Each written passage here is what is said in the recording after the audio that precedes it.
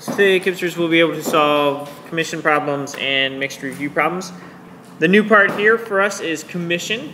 So before we move forward, I want to make sure that we all have a clear understanding about what the word commission is, what it means, how it works in the real world. So we've talked briefly about this before, I think, but we'll talk a little bit more about it now. So sometimes when you go to a store, I don't know if any of you have been to a store like this, and you got up to the cash register and the cash register says, hey, was there anybody who helped you out today? Raise your hand if you've been in that situation, or you've been there. Okay, so it's happened to some of you. The reason why they're asking you that is because that person, whoever you name, is earning commission. Okay, what commission is a percentage of a sale that goes to the salesperson. So this is how realtors are mostly paid, and this is how car salesmen are mostly paid. They're paid on commission. So a percentage of the sale goes to that person. So the employer sets their pay system up like this, much like they do waiters or waitresses, because if you sell a car for more, that's good for the company. That also makes it good for you because you get a percentage of that money. All right? So, a lot of times, and this is kind of the big picture lesson that you want to walk away from this is, if somebody is helping you at a store, or they are helping you at a car dealership, or they are helping you try to buy or sell a house, to some extent, you need to be careful because they might be working on commission, and so if they're trying to get you to buy something, there's some self-interest in there. Now, I'm not saying every salesperson out there that works on commission is entirely self-interested and they're trying to convince you to buy things that you probably don't want or need, but you should be aware of that. So sometimes when you go to the store and you go to that clothing store and you try something on and they say, oh, that looks really nice on you. Well, maybe it does. Maybe it doesn't. Because if they say it looks really nice on you, you're probably more likely to buy it. Which means if you're more likely to buy it, they're more likely to earn commission on that sale. All right? So, life lesson about commission is be wary of people who are trying to help you. Make sure that you really understand what you want and what you need. Not necessarily what they think you want and what they think you need. Okay? Denzel. Like, if we get a car that costs like $30,000, and they give you like 10% of that, you would get, wait. Let's work through a couple of problems here, so I think you'll see what that looks like. All right, so a realtor earns 6% sales commission on each home sale he makes. If he sells a home for $520,000, how much commission does he make? All right, so this particular type of problem is a commission problem.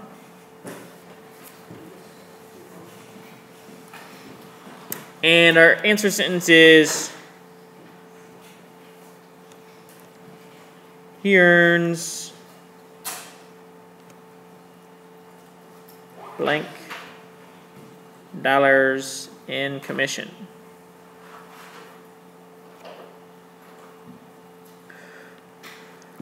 So commission is really just percentage of a whole, all right? The whole amount of the cost was $520,000. The percentage that we're talking about is 6%. And so the percentage of that whole, and this is going to be the commission right here. So where we normally have our discount, it's kind of like a discount problem because if you want to go and take away how much commission he earns, that's how much the company earns. Okay? So looking at this particular problem, we're going to go ahead and do a benchmark here. It better be less than 10%. And for a lot of these commission problems, there's a lot of extra zeros, and so this benchmark is going to be really, really important, making sure that you just don't make a decimal error. So we had 520,000, 1, 2, 3 zeros. Just be very careful with those zeros. We move the decimal over one time. We should see that we should get something that's less than $52,000. Okay? So we're going to go ahead and now just do our multiplication. 520,000 times 0.2 0.06. 6 times 0, 6 times 0, 6 times 0, 6 times 0. 6 times 2 is 12, carry the 1. 6 times 5 is 30, plus the 1 is 31. Move my decimal 1 2 times, and that looks like, just counting out my decimal places, my comma would go there, so 31,200. And we just want to make sure that that's under our 10%. That's absolutely right. So the salesperson earns $31,200. Triana.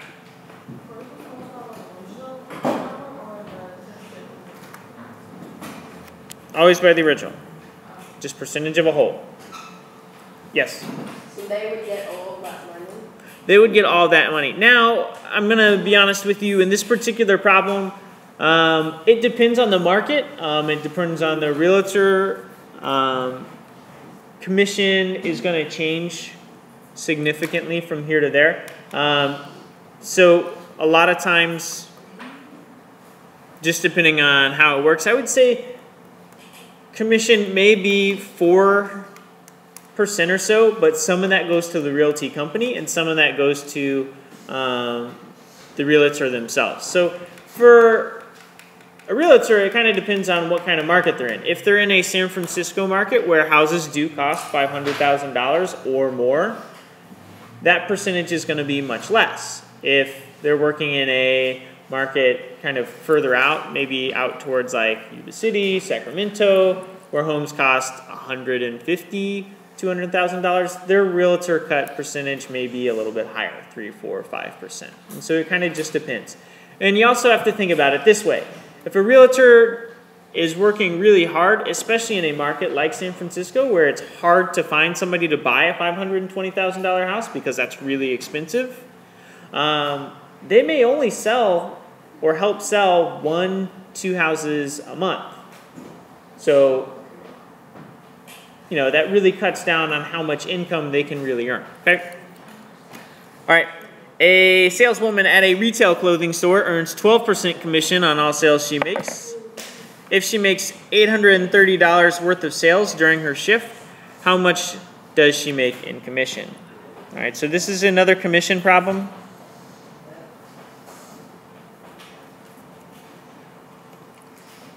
And so this is going to be our commission here, our percentage of a whole. You can think about it in terms of a change in how much money is going to the store. So our answer is she earns blank dollars commission.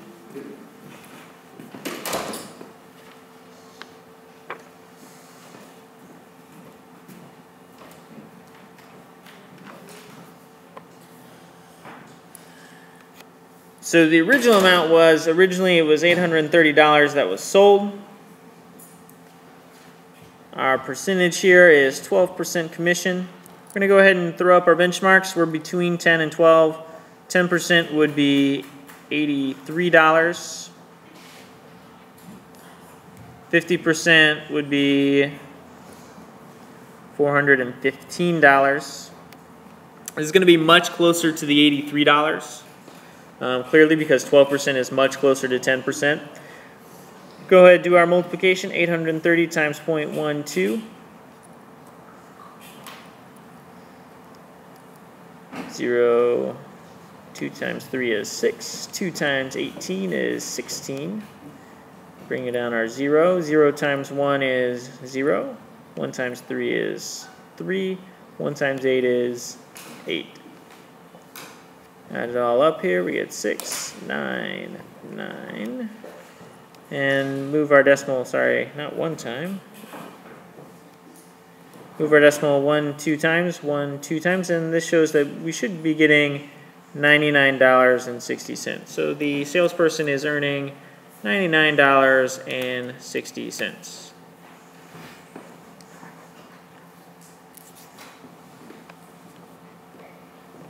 Questions? Denzel. So this person gets all that money from selling the house to just one person? We discussed that already. Yes? So, like, what, if you were going to solve for the final amount, what would that be? So, are you talking about like in the real world, what would that final amount mean? Okay, so this is an interesting question. So, she's asking, if we solve for the final amount, what would it mean? Well, that means that of the $830, $99.60 is going to the salesperson, and so that would leave 40 cents, borrow, 0, borrow, 3. It would leave $730.40. Where do we think that $730.40 goes? Company? Yeah, it goes to the company. So in this particular case, if we solve for the final amount, that's the money that would go to the company. That goes to the retail clothing store. And obviously that money goes out to pay the designers of the clothing and this, that, and the other, and all the other people who work for that particular clothing store. In a housing situation, if I'm trying to sell a house and I hire a realtor to sell my house and I give them 5% of commission, the money that's left over goes to me, okay? The person trying to sell the house, okay? Realtors just try to help you sell your house, okay? Cassandra. People basically when you sell houses or like that get more money than like other jobs or No, it depends on how much you sell and how much your commission rate is. Denzel. How come you try to figure out the 100% for the first one? I mean 50%. Yeah, going back to, this is a conversation we had in previous lessons. Denzel's asking, why didn't we try and do the 50% benchmark here? That's because the percentage we were using was less than 10%. So it's only important to do 10 and 50% if the percent we're trying to find for is between 10 and 50%. So only do the 10% If it's less than 10%, we're just thinking about it between 0 and 10%. And obviously 0% would be 0. So if it's more than 10%, you use the 50. Yep. All right. Next problem. Kayla got 5 steals in her first basketball game and 2 more steals than that in her second game. What was her percent change in steals? So what type of problem is this? This is where we're getting into some review. What type of problem is this? This is something you've got to be able to do. Yeah, this is a percent change problem, like the ones we saw yesterday. We're going to write our answer sentence.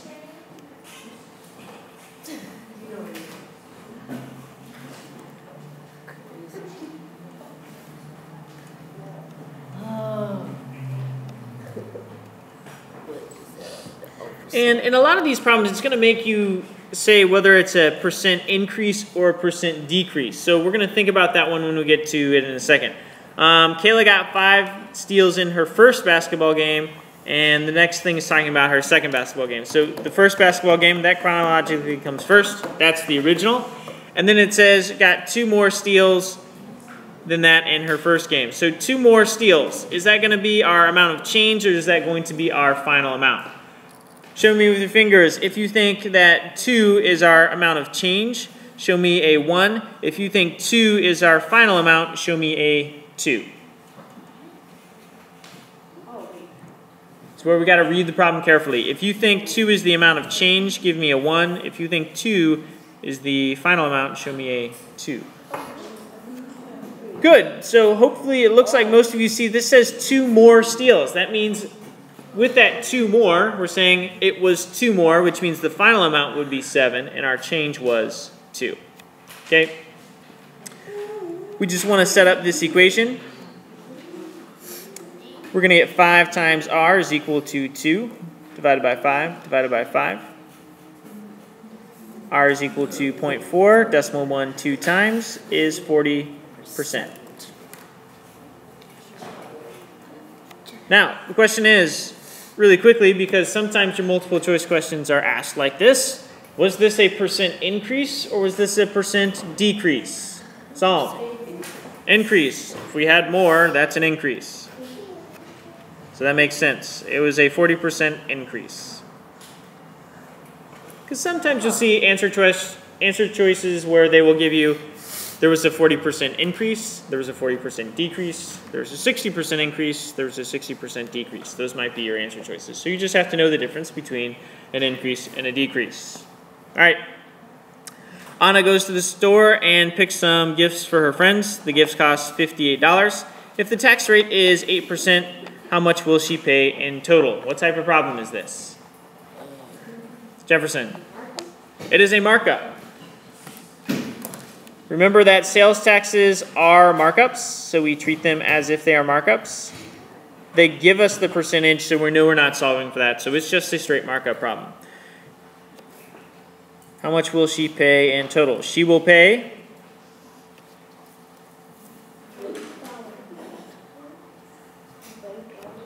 blank dollars in total.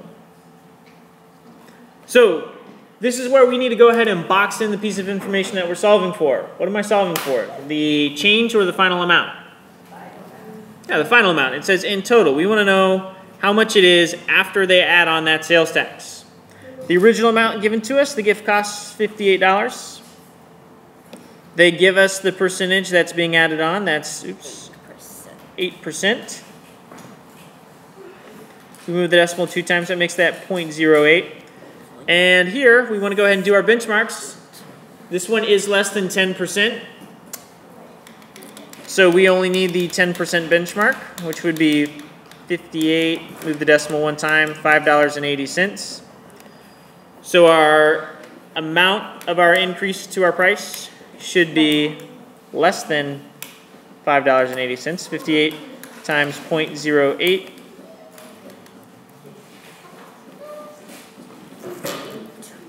It's 46.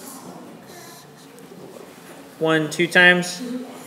So the sales tax that we would have to pay is $4.64. However, that is not the answer to our problem. What do we need to do to finish out this problem? RJ? Add it. Add it. Okay, we've got to add that on to our price. $58 plus the $4.64 gives me $62.64.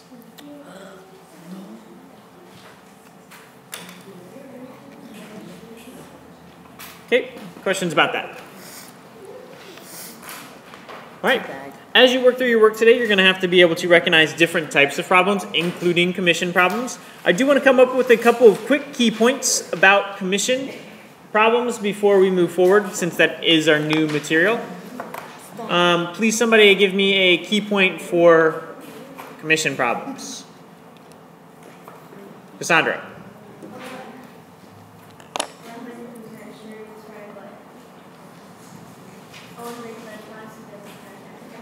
Okay, so she's saying use benchmarks.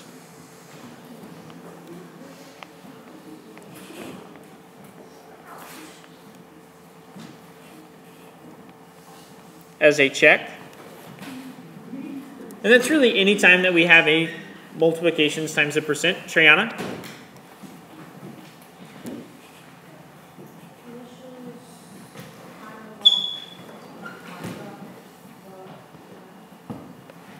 So commission, and she's talking about how we solve it.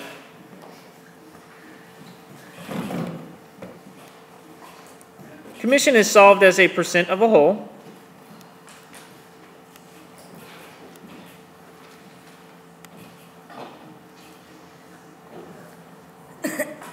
Where we have the original amount times our percentage gives us our commission. So it's kind of like part times percentage, or whole times percentage gives us part. And the part happens to go to commission. Solve.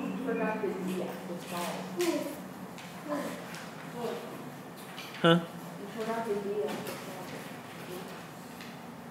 Indeed. All right.